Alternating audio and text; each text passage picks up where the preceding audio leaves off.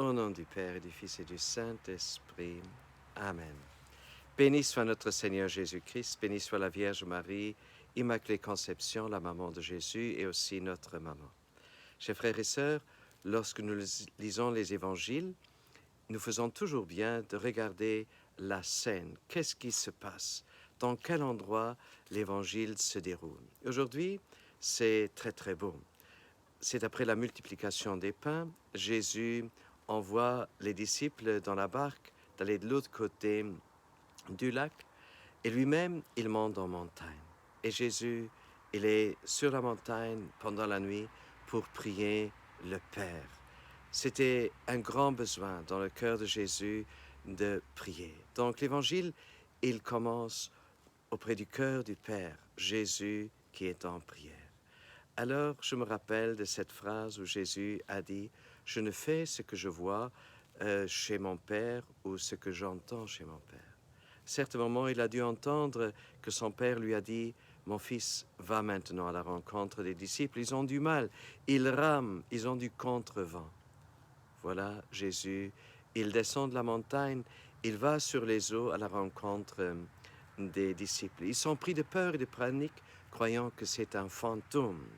Alors, ils crient, mais ce n'est pas encore une prière ce qu'ils font, c'est de la panique. Et Jésus dit, soyez rassurés, c'est moi, ayez confiance. Alors la parole la plus importante que Jésus dit, c'est celle-ci, c'est moi. Alors ça, c'est la parole avec laquelle Dieu se révèle. Dieu, il est là. Il est là au milieu de nos tempêtes. Il est vraiment là, il est vivant. Alors, Pierre, il dit, si c'est vraiment toi, alors appelle-moi, que moi aussi je marche sur les eaux. Alors il a eu du courage, Pierre. Est-ce qu'il aurait vraiment eu besoin de cette preuve pour prouver que Jésus, ou que Jésus prouve que c'est vraiment lui, le Dieu vivant? Nous ne savons pas, mais en tout cas, c'est très très intéressant. Pierre, il risque quelque chose. Il ose marcher vers Jésus. Et je crois que c'est très très bien que nous risquons ce que nous entendons de la part de Jésus, puisque Jésus lui a dit « Viens ».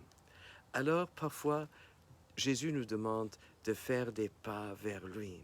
Et même si nous ne savons pas comment cela va se passer, si nous n'avons jamais fait cette expérience, alors je ne vais pas vous recommander d'essayer de marcher sur les eaux, mais je vous recommande de marcher en toute confiance dans des situations difficiles en faisant ce que Jésus vous demande de faire. Alors il va vers Jésus et nous savons comment cela continue. Alors Jésus, il doit le sauver. Et Jésus, il va encore à sa rencontre. Il le repêche, pour ainsi dire, des eaux et tous les deux, ils vont dans la barque. Et comment cet évangile se termine? Il se termine dans la barque. Et il faut s'imaginer cela. Les disciples, ils sont prostrés à genoux devant Jésus et ils disent « Vraiment, tu es le Fils de Dieu ». Alors, voilà l'aboutissement de notre prière. La prière, elle doit aboutir devant Jésus, à reconnaître Jésus, à le reconnaître aussi dans les situations difficiles, à croire qu'il est toujours là, même dans des situations qui peuvent être périlleuses pour nous. Il est vraiment là. Voilà la promesse de Dieu. Et Jésus, il a gardé cette promesse de Dieu, qu'il est là et qu'il vient toujours à notre rencontre. Et pour terminer, peut-être encore ceci, de l'évangile de Saint Jean.